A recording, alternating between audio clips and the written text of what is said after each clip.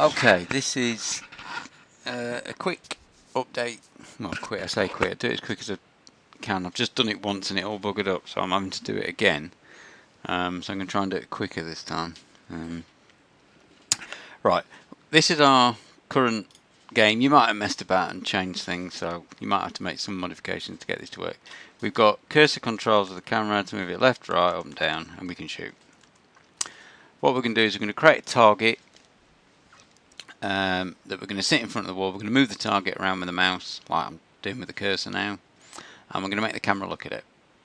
Okay, so in order to do that, we're going to create a point light. Now, before we position it, we're going to change its name. So we're going to press F2. So you can see in the hierarchy we've done that, and we're going to call this player target.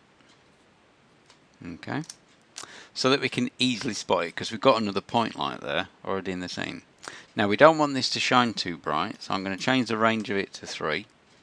I also want to sit it in front of the bricks. Now if I just click on a brick, so any brick, it doesn't matter which one it was, I can see that my Z value is 0. So I'm going to go back to my player target and I'm going to set the Z value to -1, which should be just in front of the bricks. Okay. Let's just run that and check that to see if that's okay. Alright. The next thing we want to do is move that target around. So what we're going to do, this player target, we're going to attach a script to it.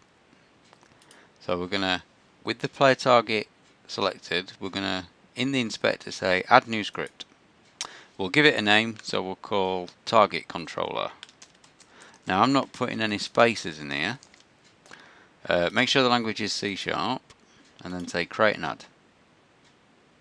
Okay, so it's built it for us down there. Now we should have that, if we look at the project, in our assets it should have created it there. So there it is, target controller, and you can see it's made the basic stuff. So we're just going to go double click it to load mono, which is the code thing. And you can see there's my camera one that we've currently got, and here's my target one.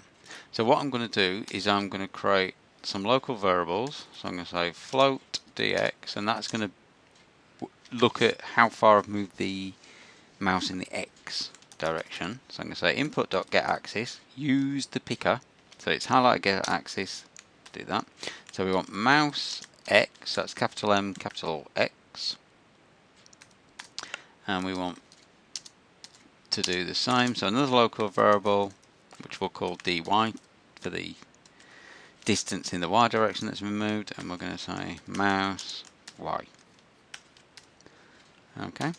To move the little controller, we just say transform dot translate. Translate means move position, and we're going to move it by dx, dy, and nothing in the Z direction. So we're going to go left, right, up and down, but we're not going in and out of the scene. We could do if we wanted, but we don't want to in this instance. Okay, so I'm just going to put a comment in here, pick up mouse movement, and move target. Okay, so I'm going to save that. I'm going to go back to Unity and just going to run it and just make sure that the mouse moves the target. And there you go, so the point light moves. You see as it goes off the edge of the bricks. Now we want to get the camera to point at that. Now we've already got a script for the camera. Okay, now the important thing, whatever you called this target, we're going to use this in a second, because we need to ask Unity where that is and force the camera to look at it. So I called mine player target with a little p and a capital T, no space. So that's important. So whatever you called yours, you need to use that value. So go back to the camera controller. Remember, if it isn't open, just look for it in your assets and double click it. Okay, we need to do two things. We need to create a private game object, and we're going to call it target to track. That's what I'm going to call it. Call it what you want.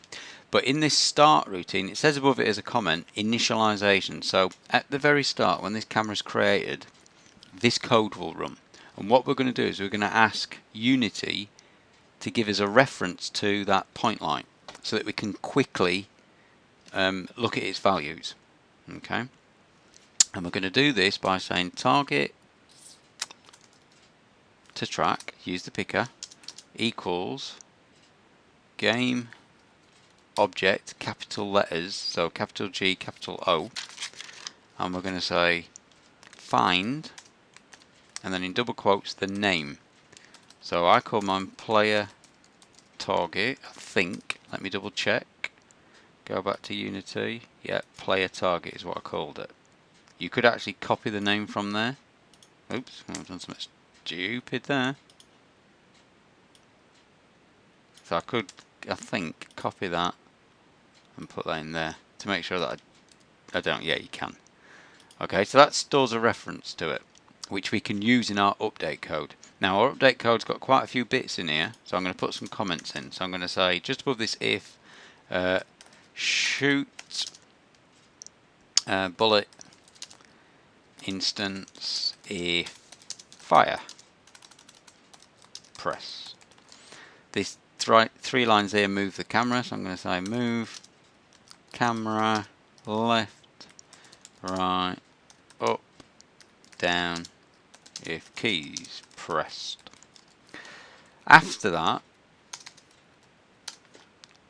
I'm going to force the camera to look at my target. So I'm going to say force camera, so I'll just put a couple of blank lines, force camera to look at target.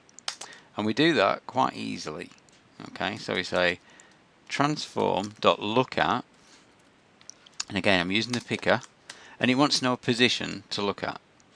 So I'm going to say wherever the target to track, I want transform.position. So that gives me the position that that object is at. Okay. So we started off, we had a game object where we could store a reference to the point light, which we call player target. In the update code that happens 60 times a second, remember, we're saying to the camera, look towards that position. Let's save that and let's go back to Unity and run it and make sure it works. Oh, that stopped it again. And there you go. So the camera is now tracking that position. It's always looking at that position. If we move up and down, you'll see that the camera is still looking at it, which is not ideal. Okay, but it demonstrates the effect we want at the minute. Okay, I'll stop that video there because it obviously seems to keep cocking up, and I'll carry on with another video in a second.